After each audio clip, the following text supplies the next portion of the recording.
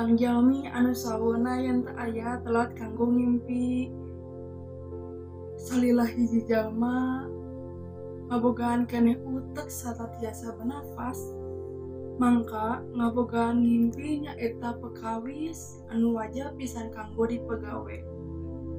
Hanjakalna ngudak impi henteu samudah ku cara ulang ngimpina. Nya ngimpi seleusna gampil, nanging ngudak impi kanggo ngajadikeunna impi eta kanyataan nyaeta pekawis anu susah-susah sareng gampil. Contohna simkuring, abdi kantos ngimpi kanggo baubah kayaan hiji jalma anu sukses di masa payun, nanging tangtos eta teu kanggo ngahontal babak kasebat nurukeun proses. Tiasa diitung cepat nguas tanagi, terkadang oge sababaraha jalmi ngawalkeun atawa nganggap pendek kalawan naon anu urang impikeun.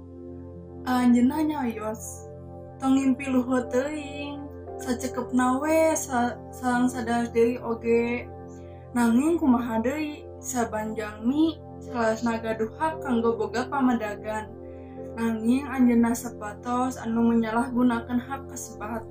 Teu sadar anjeunna atos nyalah kapungkur satu acan anjeunna mitem beuyeun.